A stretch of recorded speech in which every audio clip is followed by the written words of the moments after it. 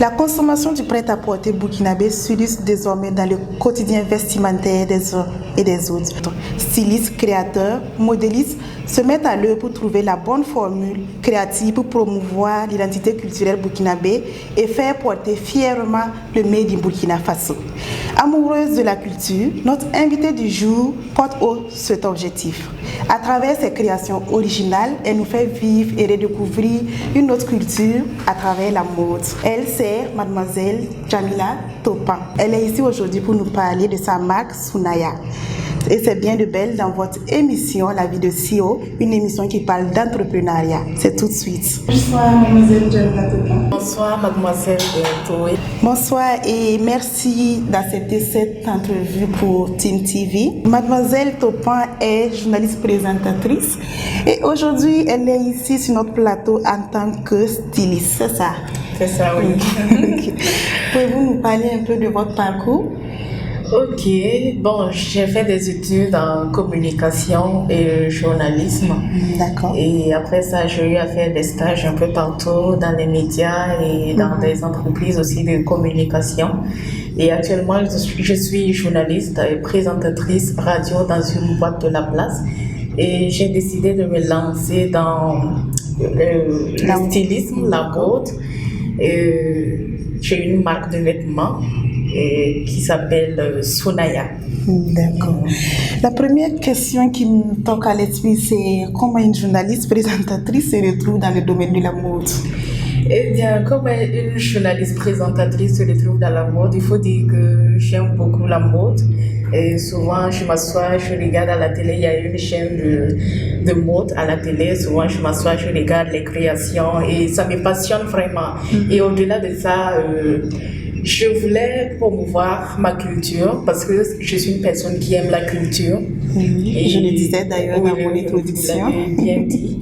Et j'aime beaucoup ma culture et je fais la promotion de ma culture sur les réseaux sociaux. Et voilà, une fois je me disais que j'allais me lancer dans la mode et l'idée m'est venue comme étant donné que j'aime ma culture, l'idée m'est venue de créer une marque de vêtements avec les pains traditionnels Samo, parce que je suis Samo, je suis originaire de Tougan. Donc l'idée m'est venue de créer une marque de vêtements afin de mettre en valeur ces pains traditionnels-là, puisque il y a beaucoup de gens qui ne connaissent pas nos pains traditionnels, alors qu'il y a tout un travail qui est fait. Quand vous voyez les designs, je trouve que c'est vraiment joli. Et c'est d'ailleurs ce que vous portez là. Oui, c'est d'ailleurs ce que je porte. Vous voyez, il y a des designs. Voilà, j'aime beaucoup.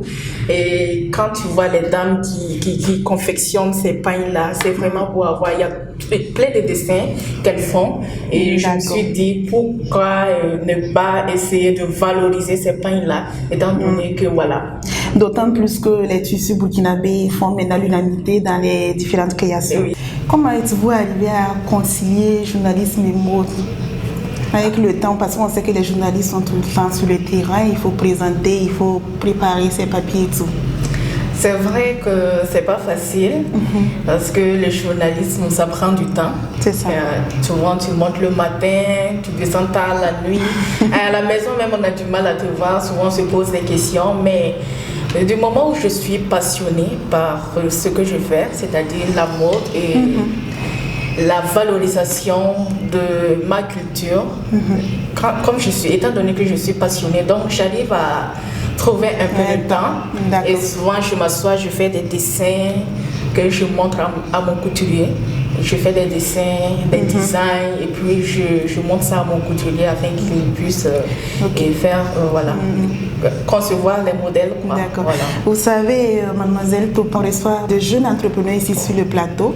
Je me rappelle qu'une fois, il y a un de ces entrepreneurs qui me dit que la disponibilité était la clé de son succès. Qu'en pensez-vous? Pensez-vous avoir la disponibilité nécessaire pour pouvoir faire évoluer Sunaya, votre marque? Ben, comme je le disais tantôt, je suis très engagée dans la promotion de ma culture. Et je me donnerai à fond, pour pouvoir la valoriser. Je ferai de mon mieux parce que c'est mon cheval de bataille et je me suis donné cet objectif-là. Moi, je n'ai pas pu aller au village, je ne connais pas très bien mon village, c'est vrai. Mais bon, Je suis allée quelques fois. C'est quand j'ai commencé à grandir que j'ai commencé à aller au village et puis j'ai commencé à connaître un peu ma culture. Et je me suis rendu compte que j'avais une belle culture. Et donc, moi, j'en ai fait mon cheval de bataille parce que je sais qu'il y a des gens aussi qui sont à Ouaga ici, qui sont un peu partout, qui ne connaissent pas notre culture, qui ne connaissent pas nos pains traditionnels et puis qui ne les utilisent pas d'ailleurs. Et moi, je veux amener ces personnes-là à adopter nos pains traditionnels là, dans leurs habitudes vestimentaires. Je pense que je vais y arriver. Imaginons qu'il arrive un temps où vous devrez faire un choix entre le journalisme et la mode. C'est assez complexe, non? C'est assez complexe parce que le journalisme aussi, c'est ma passion. Je dirais que je vais essayer de concilier les deux. On vous souhaite bonne chance. Merci beaucoup. Merci. Tantôt, vous nous parliez de l'amour pour la culture, d'où votre marque Sunaya. Vous pouvez revenir un peu sur la marque? Ok, je dirais que Sunaya, d'abord le nom Sunaya, c'est le diminutif du Suro Nayala. Le Suro Nayala, parce que j'étais assise, je dis étant donné que je veux faire la promotion des pains traditionnels Samo, il me faut trouver un nom qui tire avec. Et donc, j'étais assise avec mon petit frère et on était en train de faire des propositions. En même temps, je dis, si je donnais le nom Sunaya, c'est-à-dire Suro Nayala, je pense que ça va plus aller. Et voilà, on a des chances d'apprécier le nom et tout. Et donc, on a donné le nom Sunaya à notre marque.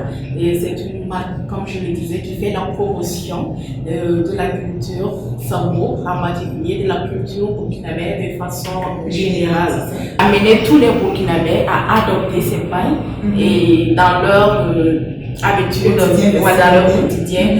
Comme souvent on voit des gens qui portent des lulipendés, des pains tissés ghanéens, et je vais amener aussi des gens à adopter ces pains, à pouvoir les coudre aussi et puis les porter fièrement. La marque existe depuis quand? La marque existe depuis le 11 novembre 2021. C'était le jour de mon anniversaire et j'ai profité de l'occasion pour lancer aussi la marque, étant donné que c'est une date mémorable pour moi. J'ai voulu aussi que voilà, la marque soit lancée le même jour, étant donné que ça me tient à cœur. Je voulais que cette date-là soit mémorable pour moi. C'est donc pour laquelle je l'ai lancée le 11 novembre. Pour un début, quelles sont vos appréciations? Je dirais que ça va, puisque quand je fais mes publications sur les réseaux sociaux, j'ai déjà une page avec plus de 3000 abonnés. Et quand je fais des publications sur les réseaux sociaux, je vois qu'il y a de l'engouement. Il y a beaucoup de gens qui apprécient les designs que je fais. Et il y a des gens qui commandent quand même. Et puis ils apprécient le travail que je fais. Et il y a beaucoup de gens qui m'appellent un peu partout pour m'encourager. Bravo pour ce que tu fais, Jamila. Tu es en train de mettre en valeur. Voilà, ça donne de la force. Tu es en train de mettre en valeur nos pains traditionnels. On va parler maintenant de votre démarche artistique. Comment trouvez-vous l'inspiration pour ces modèles que vous créez? Ok, où je trouve l'inspiration. Et souvent, je regarde des défilés de mode et je vois un peu comment ça se présente. Et en plus de ça, souvent aussi, je m'assois et j'essaie de dessiner des modèles. Et je me dis, et si je faisais ça, peut-être que ça serait joli. Et il y a ma maman aussi qui est là, elle m'encourage beaucoup. Et avec elle, on s'assoit, on fait des designs. Elle me montre peut-être que si tu mettais le traditionnel ici, ça sera plus joli. Il y a mon petit frère aussi qui est là. Donc, on travaille ensemble. On va profiter de la caméra, faire un coucou à la famille qui te soutient. Coucou à toute ma famille qui me soutient, à mon tonton, mes oncles. Vraiment, quand tu as une famille qui te soutient, il n'y a rien de tel. Merci à vous. La famille de Sunaya se présente bien, n'est-ce pas? Bien sûr qu'elle se présente très bien. Et quels sont les projets à venir? Les projets à venir, j'envisage d'ouvrir une boutique. Parce qu'actuellement, ce sont des ventes en ligne qu'on fait. J'envisage d'ouvrir une boutique. Et puis voilà, pour que nos clients aussi puissent se déplacer et puis venir faire leur choix physiquement. Et c'est ça, le projet aussi. Je projette de participer aussi aux foires et pour pouvoir présenter mes produits à la population, aux étrangers, afin de mettre en valeur davantage les confections. On sait que l'entrepreneuriat n'est pas facile, surtout pour un début. Quelles sont vos difficultés? Ok, les difficultés, on sait tous que quand on entreprend, il y a toujours des difficultés, comme tu viens de le dire. Pour avoir les pains traditionnels Samo, bon, c'est pas du tout simple parce que nos pains viennent de Tougan. Et étant donné qu'il y a une crise sécuritaire à présent dans la zone, c'est pas du tout évident parce que souvent ça prend du temps. Et souvent les clients aussi sont impatients et il y a d'autres qui partent parce qu'ils trouvent qu'ils ont trop attendu et pourtant c'est pas de notre faute. Comme c'est une entrepreneur, vous commencez à 0 francs. C'est avec mes fonds propres que j'ai commencé et c'est ce que je te laisse d'ailleurs. Et voilà, je ne suis pas allée voir des gens pour qu'ils puissent m'aider. Je pense que c'est avec mes propres fonds que j'ai commencé. Et je ne pense pas qu'on puisse entreprendre avec 0 francs. Il faut toujours avoir un petit fonds quelque part pour commencer. On va revenir à une question plus générale. Quelle est la place de l'amour au Burkina Faso selon vous? Bon, je pense que c'est un domaine qui n'est pas très développé parce qu'on en parle peu. D'accord. On parle peu de la mode et la plupart du temps, quand on parle de défilé de mode, on ne voit pas trop d'engouement, c'est sauf des gens qui s'y connaissent, c'est eux qui participent. Et pourtant, je pense que la mode, c'est vraiment important parce que quand tu organises un défilé de mode, ça fait, je sais pas, par exemple, moi je confectionne mes tenues avec les pains traditionnels.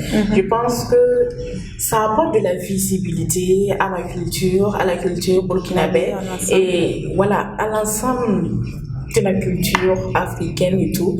Et il y a des chances que si par exemple moi j'organise un défilé, peut-être il y aura des étrangers, des étrangers vont voir ce que je fais et ça va les amener peut-être à venir au Burkina, à venir visiter, parce que c'est la culture au-delà de tout, parce que c'est la culture qu'on est en train de promouvoir, et peut-être ça va amener d'autres personnes à venir ici, à venir découvrir le Burkina, à venir découvrir la culture. Donc je pense que c'est un domaine très important, et par conséquent, on devrait plus donner une place importante à ce domaine-là. Voilà. Donc vous pensez que les Burkinabés ne s'intéressent pas beaucoup au domaine de la mode? Je pense que les Burkinabés ne s'intéressent pas beaucoup à la mode, contrairement aux autres pays qui ont compris que la mode, c'est vraiment, le mot m'échappe un peu. D'accord. On dirait que c'est important. Voilà. D'accord. Dans ce sens, quelqu'un disait que le vêtement est aussi un moyen de pouvoir. En tant que styliste, qu'en pensez-vous? Le vêtement est un moyen de pouvoir parce que à travers ton physique, à travers ton vêtement, on peut déjà te qualifier. On peut déjà savoir qui tu es. Et c'est la raison pour laquelle souvent quand on arrive dans des entretiens d'embauche, souvent on te qualifie par rapport à la tenue que tu portes. Si tu portes une tenue un peu indécente, et on va te qualifier par rapport à ça. Et si tu portes aussi une tenue très classe, on va te qualifier aussi par rapport à ça. Donc je pense que il faut bien s'habiller pour se donner de la valeur. D'après, c'est dans la rue comme ça qu'on aime dire que même si tu n'as pas d'argent, il faut bien te saper, il faut avoir l'air d'être riche. Et puis voilà, tu sors, tu pars dans les rencontres, pendant que les gens sont en train de parler, toi aussi tu parles et puis tu t'imposes. À travers ton habillement, ils vont te respecter et ils vont te donner la place que tu mérites. Mais si tu t'habilles de façon délabrée et tout, et puis tu arrives dans une personne ne va te respecter, même si tu es bien posé et tu t'habilles mal, personne ne va te respecter. Donc je pense que l'habillement est vraiment important. Il faut savoir bien s'habiller. Les spectateurs, nous sommes à la fin de votre émission La vie de CEO. Aujourd'hui, ce n'est pas moi qui vais conclure, mais nous allons laisser la parole à mademoiselle Pépin qui va faire la conclusion. Alors, mademoiselle nous écoute pour votre mot de fin. Oui, alors je dirais merci à Galaxy Team de m'avoir invité ici pour parler de la marque Sounaya. Merci aussi à vous, mademoiselle Toé. Merci au cadreur, merci à toute l'équipe. Et voilà, je dirais habillez-vous en mode Sounaya parce que c'est classe, c'est chic et voilà. Venez chez Sounaya pour vous habiller, que ce soit des artistes, que vous soyez des artistes, que vous soyez journalistes. En tout cas, tout le monde peut s'habiller chez Sounaya. Venez vous habiller chez nous et vous n'allez pas le regretter. Encore merci et bonne suite à vous. 77 07 07 20, c'est notre contact. Vous pouvez nous appeler pour passer vos commandes.